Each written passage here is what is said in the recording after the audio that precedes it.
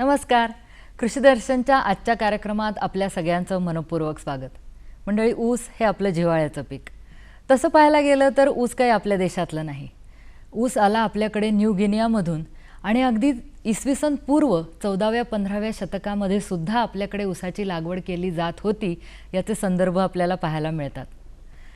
तर हा ऊस जो आहे तो आपल्या शीतोष्ण समशीतोष्ण हवामानामध्ये फोपावला, इथल्या जमिनी त्याला पोषक ठरल्या आणि आज आपला देश ऊसाच्या उत्पादनात, साखरेच्या उत्पादनात देखील प्रथम क्रमांकावर विराजमान आहे. महाराष्ट्राचा जर विचार केला तर आपल्या राज्यामध्ये जवळजवळ 13 लाख हेक्टर क्षेत्रावर ऊसाची लागवड केलेली आपल्याला दिसून येते. वेगवेगळ्या हंगामामध्ये ती केली जाते आणि बऱ्याच संस्था ह्याच्यावर खूप कार्यसुद्धा करतायत, संशोधन करतायत, नवनवीन वाण निर्माण करतायत, अतिशय जास्तीत जास्त उत्पादन कसं वाढवता येईल ह्याच्यासाठी प्रयत्नशील आहेत. पण हे असताना सुद्धा आपली जी ऊसाचे उत्पादनाची सरासरी आहे ती कुठेतरी 30-40 टनावरच अडकलेली आहे. याचं मुख्य कारण मला असं वाटतं की जमिनीचा पोत, कस जो कमी होत चालला आहे हे फार महत्त्वाचं आहे. कारण ऊस खादाड पीक आहे आणि त्या प्रमाणामध्ये आपण ऊसाचं जे अन्नद्रव्य व्यवस्थापन आहे त्याच्याकडेही फारसं लक्ष देत नाही आणि जमिनीचं पुनर्भरण जे करायला हवं त्याच्याकडेही आपलं लक्ष नाही. मंडळी, म्हणूनच आज आपण या विषयावर चर्चा करणार आहोत. आपला आजचा विषय आहे आडसाली हंगामी ऊसामध्ये एकात्मिक अन्नद्रव्य व्यवस्थापन आणि आपल्याला त्यासाठी तज्ज्ञ लाभले आहेत. डॉक्टर प्रीती देशमुख, त्या वसंतदादा शुगर इन्स्टिट्यूट मांजरी पुणे इथं कार्यरत आहेत. मॅडम स्वतः वरिष्ठ शास्त्रज्ञ आहेत, तसंच मृदाशास्त्र विभाग प्रमुख पद सुद्धा त्या भूषवत आहेत. नमस्कार मॅडम. नमस्कार. दूरदर्शनतर्फे आपलं आजच्या कार्यक्रमात हार्दिक स्वागत. आणि आपला आजचा विषय ऊस, त्याच्याबद्दल आपण चर्चा करूया. तर हंगाम वेगवेगळे आहेत, तर ते कुठले आहेत लागवडीचे हंगाम ऊसाचे? ऊस लागवडीचे एकूण 3 हंगाम आहेत: आडसाली, पूर्व हंगामी आणि सुरू. प्रत्येक हंगामातील ऊस लागवडीचा जो कालावधी हा वेगवेगळा आहे. त्यामुळे हंगामनिहाय ऊस जातींची निवड आणि रासायनिक खतांचा वापर जर आपण केला तर ऊस पिकाचे उत्पादन हे वाढू शकतं. आडसाली हंगामातील ऊस लागवड साधारणपणे 15 जुलै ते ऑगस्ट या महिन्यांमध्ये केली जाते आणि या हंगामातील ऊस लागवडीचा कालावधी हा 17 ते 18 महिने असतो, म्हणजे खूप जास्त असतो. आणि साधारणपणे शेतकरी बांधवांनी 1 लागण आणि 2 खोडवे घेतले तर 3 वर्ष हे पीक आपल्या जमिनीमध्ये राहतं. मला सांगा की एकात्मिक अन्नद्रव्य व्यवस्थापन ही संकल्पना थोडी विशद करून सांगा. आणि आडसाली ऊसामध्ये त्याचं महत्त्व. तर शेतकरी बहुतांश रासायनिक खतांचा वापर करतात. सेंद्रिय खतांचा वापर हा फार कमी करतात. फार वर्षापूर्वी महाराष्ट्र शासनाची शिफारस होती की सेंद्रिय खतांसोबत रासायनिक खतांचा वापर हा केला गेला पाहिजे. परंतु जसं जसं उत्पादन वाढत गेलं, शेतकऱ्यांना उत्पादन वाढीसाठी प्रयत्न करायचे होते, त्यामुळे फक्त आणि फक्त रासायनिक खतांचा वापर आता होताना दिसतो. सेंद्रिय खतांचा वापर हा फार कमी होतो. त्यामुळे जमिनीचा कस कमी झाला आहे. जसं की आपण आपल्या इंट्रोडक्टरी सांगितलंच की सेंद्रिय खत जमिनीमध्ये सेंद्रिय कर्ब कमी झालं आहे, त्यामुळे जमिनीची सुपीकता कमी झाली आहे. आणि ही जमिनीची सुपीकता कमी झाल्यामुळे सध्या परिस्थितीमध्ये आपल्याला शेतकरी बांधवांना सेंद्रिय खत, जीवाणू खत आणि रासायनिक खत या तिन्हीचा एकत्रितपणे वापर करणं हे अत्यंत गरजेचं आहे. आता एकात्मिक अन्नद्रव्य व्यवस्थापनाची गरज आपल्याला का आत्ता भासते? कारण मध्यंतरी आपण रासायनिक खत शेतकरी वापरत होते, उत्पादन आपल्याला मिळते, पण जमिनीचा जो पोत आहे तो कमी झाला. आता सेंद्रिय खतांचा वापर करायचा आहे तर शेतकरी बांधवांना आपल्याला हे समजावून सांगणं गरजेचं आहे की सेंद्रिय खत का वापरायचं आहे. कारण आत्तापर्यंत बस शेणखत पूर्वी वापरत होते तेव्हा आपल्याला फारशी रासायनिक खतांची गरजसुद्धा पडत नव्हती. आता हा जेव्हा आपण सेंद्रिय खत जमिनीमध्ये घालतो तर सेंद्रिय खत घातल्यामुळे जमिनीची भौतिक सुपीकता चांगली होते. आणि भौतिक सुपीकतेबद्दल आत्तापर्यंत कुणीही अजून बोलत नाही किंवा शेतकरी बांधवांना त्या बाबतीत माहिती नाही की भौतिक सुपीकता जमिनीची काय असतं. जेव्हा आपण सेंद्रिय खत जमिनीमध्ये घालू तेव्हा जमिनीची भौतिक सुपीकता चांगली राहते, म्हणजे जमिनीची जडणघडण चांगली होते, निचरा चांगला होतो, पाणी धारण क्षमता चांगली राहते आणि तसेच जी काही जी काही रासायनिक खतं आपण घालतो त्याची उपलब्धता चांगली होते. कारण ऊस पिकामध्ये आपण बघितलं तर सगळ्यात जास्त खर्च हा रासायनिक खतांवर होतो. त्यामुळे ह्याची उपलब्धता कशी वाढता आली पाहिजे, त्यासाठी आपल्याला सेंद्रिय खत जमिनीमध्ये घालायचे. सेंद्रिय खत घातल्यामुळे जमिनीची भौतिक सुपीकता चांगली राहणार. ह्या पुढे जर आपण घेतलं तर बरेचसे शेतकरी जीवाणू खतांचा वापर करतात किंवा जमिनीमध्येही जीवाणू आहेतच. मग हे जीवाणूंची संख्या वाढण्यासाठी किंवा जीवाणूंची कार्यक्षमता वाढण्यासाठी सेंद्रिय खत परत महत्त्वाचं आहे. कारण जमिनीमध्ये सेंद्रिय कर्ब असेल, जीवाणूंचं खाद्य हे सेंद्रिय कर्ब आहे. सेंद्रिय कर्ब असेल तर जीवाणूंची संख्या वाढेल, जीवाणूंची कार्यक्षमता वाढेल आणि जमीन ही जैविक सुपीक होईल. जर आपली जमीन भौतिक सुपीक असेल, जैविक सुपीक असेल, तर अशा जमिनीमध्ये जेव्हा आपण रासायनिक खतं घातले तर त्याची उपलब्धता वाढेल आणि काही प्रमाणात आपल्या रासायनिक खतांचे डोससुद्धा कमी होईल. त्यामुळेच आपल्याला एकात्मिक अन्नद्रव्य व्यवस्थापन म्हणजे सेंद्रिय खत, जीवाणू खत आणि रासायनिक खत या तिन्हीचा एकत्रितपणे वापर करणं गरजेचं आहे.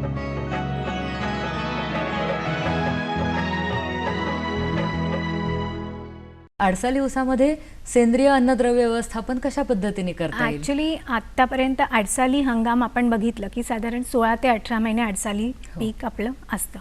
हा कालावधी साधारण 1-1.5 वर्ष आपण लागण पकडली तर ह्या लागण हंगामामध्ये आपल्याला जमिनीची सुपीकता टिकवून उत्पादकता ही घ्यायची.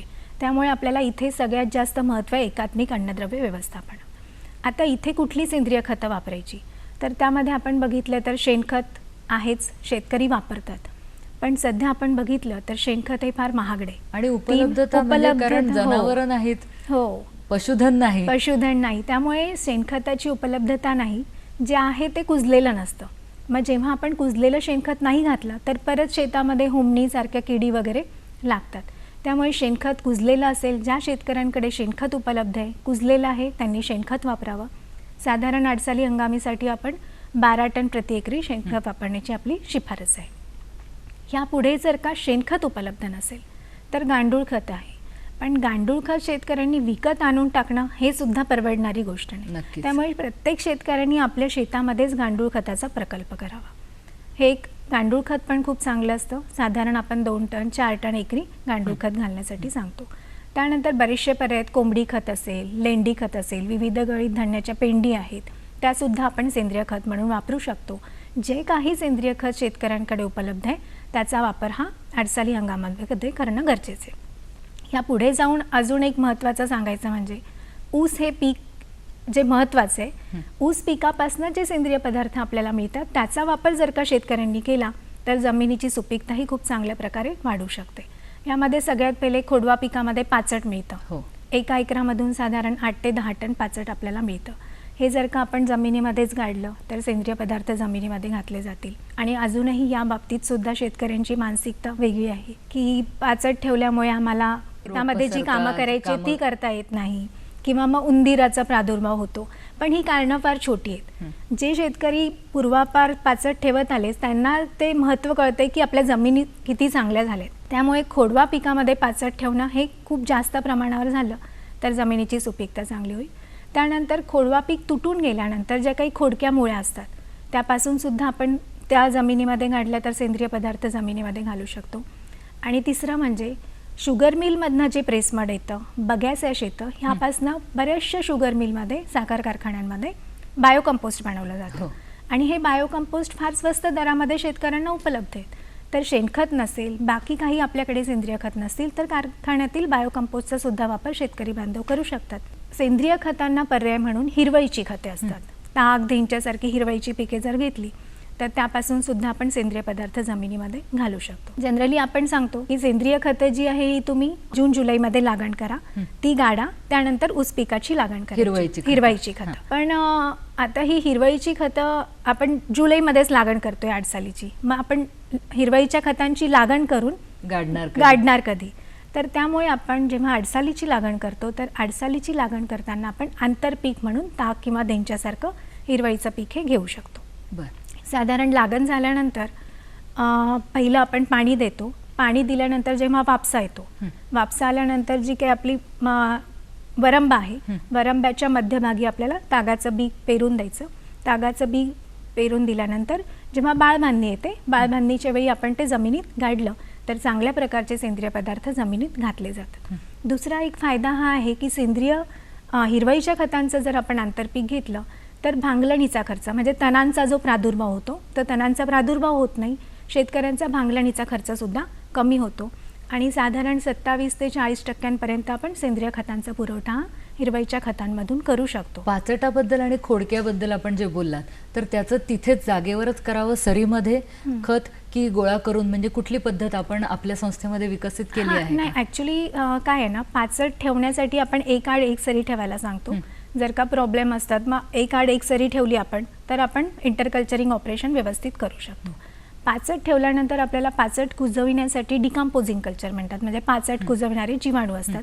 ते जीवाणू आमच्या वसंतदादा शुगर इन्स्टिट्यूटमध्ये आपण निर्मिती करतो, बाजारामध्येही उपलब्ध असतात.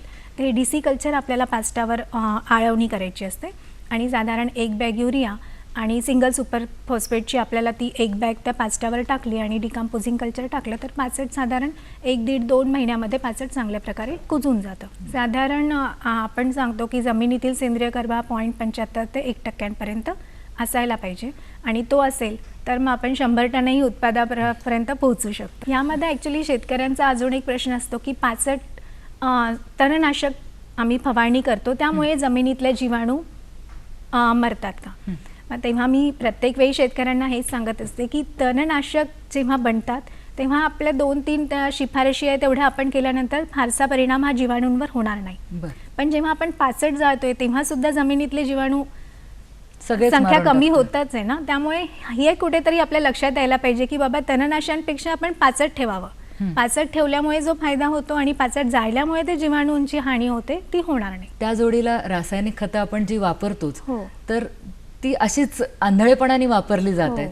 तर आडसाली ऊसामध्ये कुठल्या कुठल्या वाढीच्या टप्प्यावर कशी मात्रा द्यावी, कशी मात्रा द्यावी आणि लागवडीच्या वेळेला काय मात्रा दिली पाहिजे? ऊस पीक वाढीच्या अवस्थेप्रमाणे साधारण आपण सांगतो लागण, उगवण, फुटवे आणि कांडी सुटणे.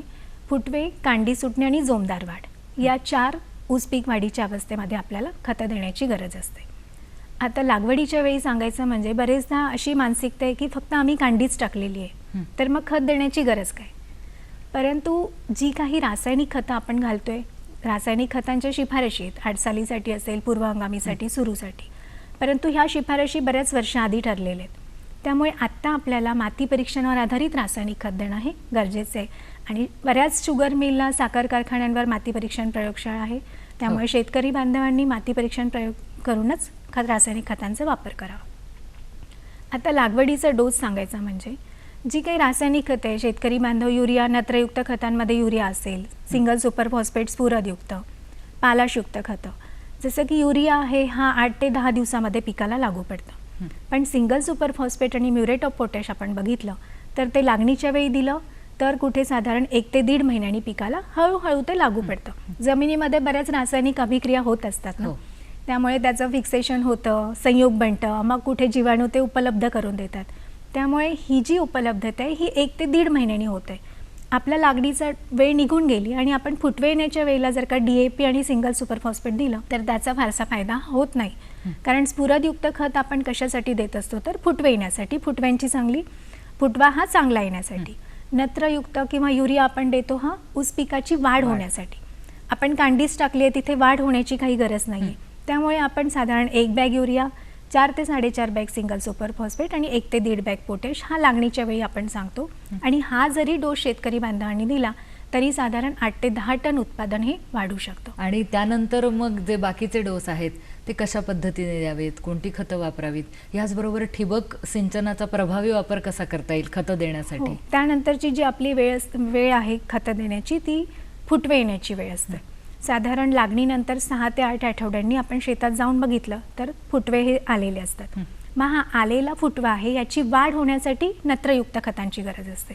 कारण युरिया आपण नत्र हा यासाठीच देतो, वाढ होण्यासाठी. मग इथे आपण युरिया किंवा अमोनियम सल्फेट दोघांचं कॉम्बिनेशन करू शकतो आणि इथे आपल्याला साधारण 3 ते 4 बॅग ह्या युरिया किंवा अमोनियम सल्फेटच्या द्यायच्या असतात. आता हे जे गोण्यांमध्ये मी सांगते हे जे शिफारशीत खतं मात्र आहे त्यावरून सांगते. माती परीक्षणावरून कदाचित हे वेगळं पण येऊ शकतं. पण एक उदाहरण म्हणून साधारण 4 बॅग आपल्याला युरिया, अमोनियम सल्फेट ह्या दोघांचं कॉम्बिनेशन आपण केलं तर आपल्याला हे फुटवे येण्याच्या वेळी आपण दिलं तर फुटवा हा चांगला वाढतो, वाढ त्याची चांगली होते. हे झाल्यानंतर साधारण 12 ते 14 आठवड्यांनी परत कांडी येण्याची वेळ असते.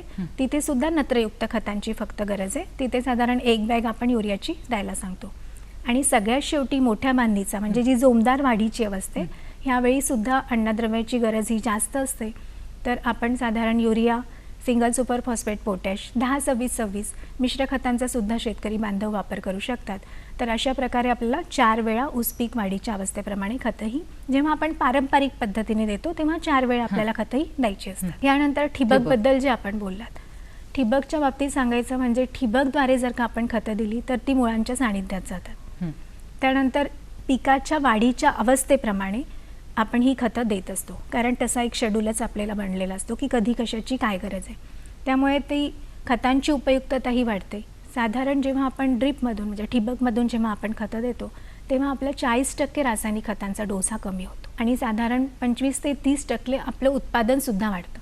त्यामुळे शेतकरी बांधवांनी जास्तीत जास्त ज्यांचं ठिबक आहे त्यांनी तरी ठिबकमधून खतं दिले तर अजून त्याचा चांगला फायदा आपल्याकडे होणार आहे. परत मजुरी खर्चामध्ये बचत होते आणि दुसरं म्हणजे जमिनीमध्ये वापसा हा सारखा मेंटेन राहतो. त्यामुळे अन्नद्रव्यांची उपलब्धता जे काही आपण फिक्सेशन आहे ते होत नाही आणि उपलब्धताही चांगली होते. वसंतदादा शुगर इन्स्टिट्यूटमध्ये जे आम्ही संशोधन केलं त्यावरून आपण बरीचशी महागडी वॉटर सोल्युबल फर्टिलायझरसुद्धा आहेत बाजारामध्ये, परंतु एक साधारण शेतकरीसुद्धा ड्रीपमधून खतं देऊ शकला पाहिजे. त्यासाठी आपण एक शिफारस आणली आहे. त्यामध्ये युरिया जो आपला आहे ह्याचे दर कमी आहेत. त्यानंतर पांढरा MOP हा पण फारसा महागडा नाही आणि फॉस्फोरिक ॲसिड हे 3 खतं देण्याची आपली शिफारस आहे, जे की साधारण शेतकरीही करू शकतो. आणि याही पुढे जाऊन फॉस्फोरिक ॲसिड आत्ता किमती वाढल्या आहेत, दर जास्त आहेत. त्यामुळे ज्या शेतकऱ्यांकडे ठिबक आहे त्यांनी युरिया आणि पोटॅश ड्रीपमधून सोडावा आणि लागणीच्या वेळी सिंगल सुपर फॉस्फेट द्यावा, मोठ्या बंदीच्या वेळी द्यावा.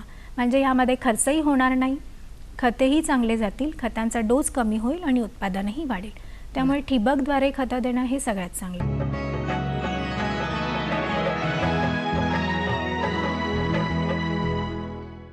खतं द्यायची म्हणजे नत्रस्फुरत पालाश, ह्याच्या पलीकडे आपण विचार करत नाही. दुय्यम अन्नद्रव्य आहेत, सूक्ष्म अन्नद्रव्य आहेत, सिलिकॉनचा खूप मोठा रोल आहे. तर त्याच्यावर कसा प्रकाश टाकाल? कॅल्शियम, मॅग्नेशियम आणि गंधक ही दुय्यम अन्नद्रव्ये. यामध्ये आपल्या संस्थेमध्ये जे काम झाले ते गंधक. ऊस पिकाला गंधकाची गरज असते आणि आपण महाराष्ट्रामध्ये बघितलं तर महाराष्ट्रातील जमिनीमध्ये सुद्धा गंधकाची कमतरता आपल्याला जाणवली आणि ही लक्षात घेऊनच आपण ऊस पिकाला गंधकाची गरज आहे ह्याची एक शिफारस आहे की एकरी 24 किलो गंधक वापरावं लागणीच्या वेळी. ही गंधकाची वापर केल्यामुळे गंधकयुक्त अमिनो आम्लाची निर्मिती होते. दुसरं म्हणजे बरेचदा खोडव्यामध्ये आपण बघितलं असाल तर पिवळा पडतो खोडवा.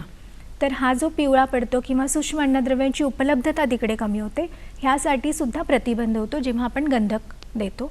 दुसरं गंधक दिल्यामुळे साखर उतारामध्येही त्याचा चांगला फायदा होतो. त्यामुळे गंधकयुक्त खत बाजारामध्ये भरपूर उपलब्ध आहे आणि आजकाल शेतकरी बऱ्यापैकी त्यांच्या बेसल डोजमध्ये गंधकयुक्त खत वापरायला लागले. कॅल्शियम मॅग्नेशियम बाबतीत अजून संशोधनावर आधारित शिफारशी नाही आहेत. आपल्या ब्लॅक सॉईल आहेत, काळ्या जमिनी, कॅल्शियम जमिनीमध्ये भरपूर आहे, मॅग्नेशियम पण आहे. त्यामुळे त्याच्या शिफारशी अशा नाहीत की कॅल्शियम मॅग्नेशियम युक्त खतं वापरावी. सूक्ष्म अन्नद्रव्यांबाबतीत सांगायचं म्हणजे आता फार बाजारामध्ये जी काही सूक्ष्म अन्नद्रव्यांमध्ये लोह, मंगल, जस्त, कॉपर, बोरॉन, मॉलिब्डेनम. तर महाराष्ट्रामध्ये आपण बघितलं तर फक्त लोह, जस्त आणि बोरॉन ह्या 3 सूक्ष्म अन्नद्रव्यांची कमतरता आहे. परंतु ही सूक्ष्म अन्नद्रव्य जी कमतरता आहे, माती परीक्षण करावं.